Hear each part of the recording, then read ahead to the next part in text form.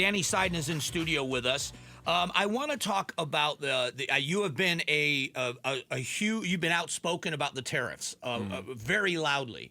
The hearings that happened in front of the Supreme Court yesterday, more than which direction do you think it's going to go, let's talk about what happens if they rule against the Trump administration. What happens with these tariffs and this money that we've already collected? Yeah, it's a mess, and I think the Supreme Court kind of acknowledged that when they said if we rule against it, how would this refund work? What would happen going forward? So I think there's a lot of questions about that, but I found that hearing to be very interesting because it was all about executive authority and whether or not tariffs, which by all arguments to say are in fact taxes, how much authority does the president have to impose that on Americans and American companies? And I mean a lot of legal experts seem to think it's going to go against him, and they'll either have to make it proactive going forward, prospective, or figure out a way to do some kind of refund. But it's going to be very challenging. I want to talk about this shutdown that's happened because you and I were talking about this early on, and the economic impact. The estimates are $1.3 billion in revenue per month in lost productivity in Arizona. Is that statistic still the one you look at? And can you give me some real hurt that is happening in the business world? Sure. Yeah, absolutely. Right now, again, the macro level, that 1.3 billion, that's all true. I mean, we're losing percentage points off our GDP right now because we can't pass a CR. We can't just have the government be open while we argue about these other policy things. And that's a real problem. You're starting to see people feel it on delays in travel and things being canceled. Our rural communities, which depend on federal aid to pay teachers, to subsidize commercial aircraft coming in and out, that's all gone and that's all hurting. You have our local communities. And again, I have to give Mayor Nichols down in Yuma a lot of credit, figuring out how to alleviate the pressures on federal employees in his state by not requiring municipal utility bills to be paid right now. They're doing things like this. That's real hurt. Right. Because in the cities, and these are good, we talk good cities, bad cities. Mayor Nichols, Yuma, good city, good government, doing his best to help these federal employees out in this time. There's real hurt going on. But long term right now, we have permits waiting. We're trying to build natural gas expansion pipelines. We're trying to, build gas conversion, all this energy generation. SBA that's loans. slow. SBA loans. This state, along with Texas, has been one or two for small business creation in the country multiple times. And a lot of times that depends on SBA loans. That's all frozen right now. So there is a sludge and a slowdown that's happening, and it's still not seeing a real end in sight. And again, we're hopeful that they'll open the government back up and we can argue about the policy stuff later. When you look at the economic impact in Arizona, I know that's what you do every single day. Are we going to see, what are the long-term effects? If they open the government tomorrow, what are the long-term effects?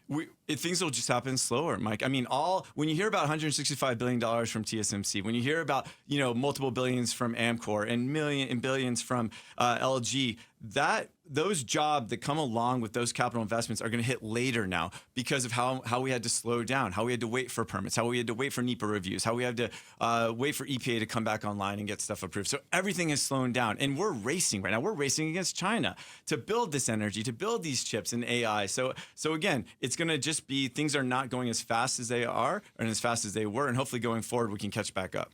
I'm intrigued to get your opinion on this. We have seen the administration unleash American energy capabilities, and we're watching oil prices drop and fuel prices go down.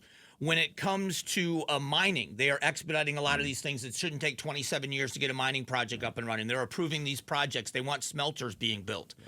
But along with that, when it comes to agriculture, they seem to be on the opposite side of that plan of unleashing American energy is the way you drive down costs. And now even the cattle ranchers are saying, you're not fixing the problem by importing more beef. What you're doing is hurting our prices and not reducing our costs. Where do you stand on that?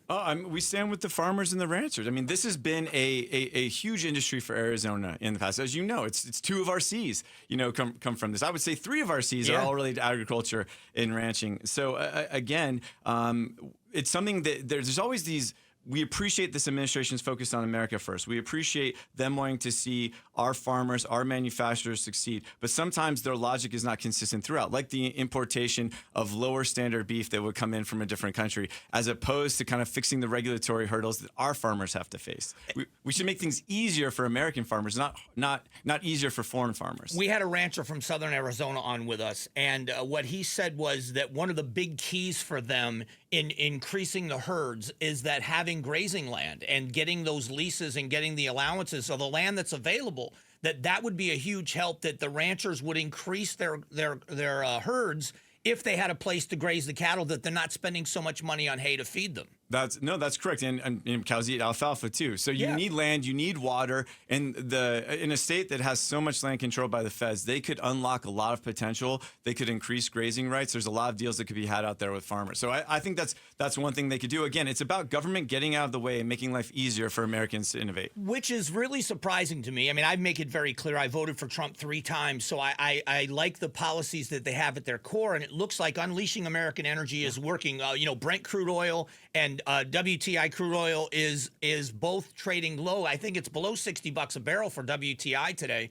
And we did the same thing with mining, as they keep making a commitment that we're going to expedite these things. It seems like it's the opposite opinion here by importing.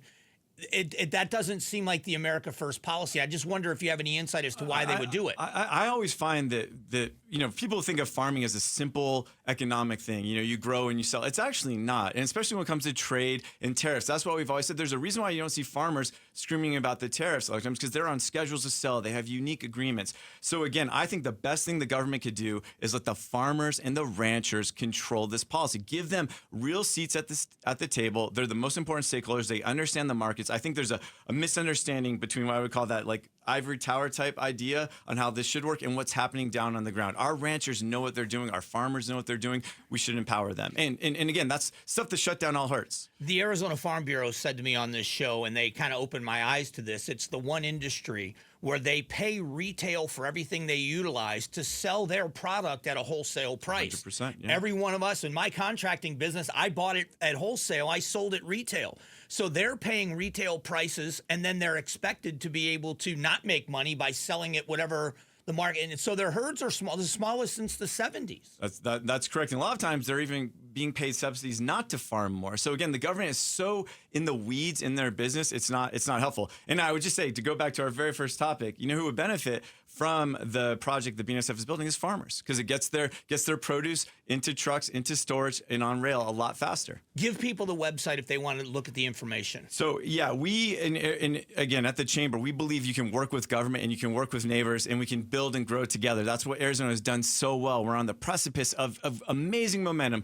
So we're looking at a Better in My Backyard campaign. And so you can go to betterinmybackyard.com. It's live now. Each of the projects we've talked about, whether it's Axon, whether it's BNSF, we have the facts. We have videos showing where we think things have gone wrong, where things could be better. But again, Arizona wins when you build in our backyard. There's a lot of this negativity thrown at what people call NIMBYs, not in my backyard. I think shows a little bit of disrespect for a group of neighbors who have legitimate concerns about their neighborhood's going to look like. We have to do a better job educating them how this project helps. And I hope that the Board of Supervisors will continue to allow us to do that, to let them know that this project matters. The world is watching. The president's watching. It's important to him and his goal of American First. And 50,000 jobs. That's what will come to Arizona. We have to do this. We have to get this done. Always love the time, man. It goes too quick. It's too fast. Way too fast. Yeah, thanks, Thanks, Mike. Danny. I appreciate it. Thanks for watching the Mike Broomhead Show. Tap to watch and listen to the new season of Amazing Arizonans, a KTAR News podcast. You can also click the button in the middle to subscribe.